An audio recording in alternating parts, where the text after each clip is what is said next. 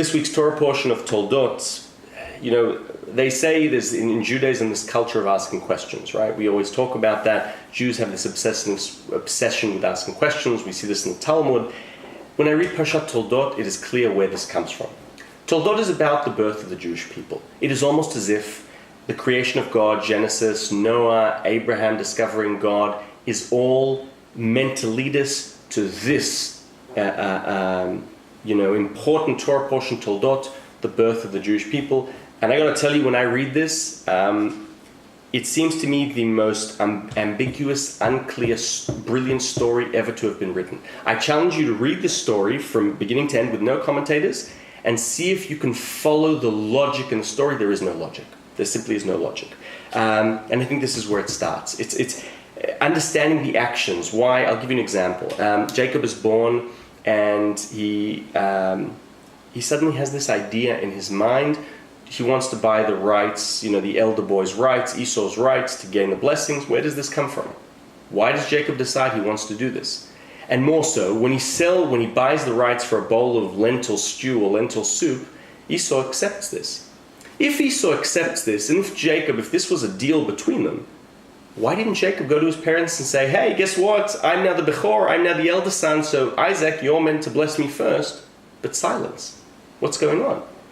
And if indeed Esau agreed to this, then why, when there was a switcheroo, why does suddenly Esau get so upset? If you're no longer the elder boy because you sold your rights to Jacob, then end of story. And it gets even more ambiguous. Even when the babies are born, we are told in plural, they named him Esau. They, right? Perhaps the parents, perhaps all the land, who knows? But then when Jacob is born, we are told he named him Jacob. Who named him? Rashi tells us God. Weird things are going on in this story. The text is simply not clear.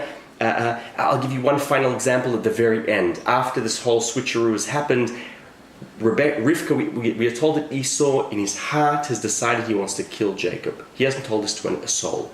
And yet we are then told in the text that Rivka has heard these words of Esau's. How has he heard these words if it was in his heart?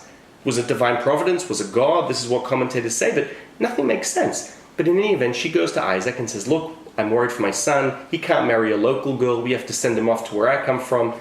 And Isaac, as if nothing has happened, says, okay.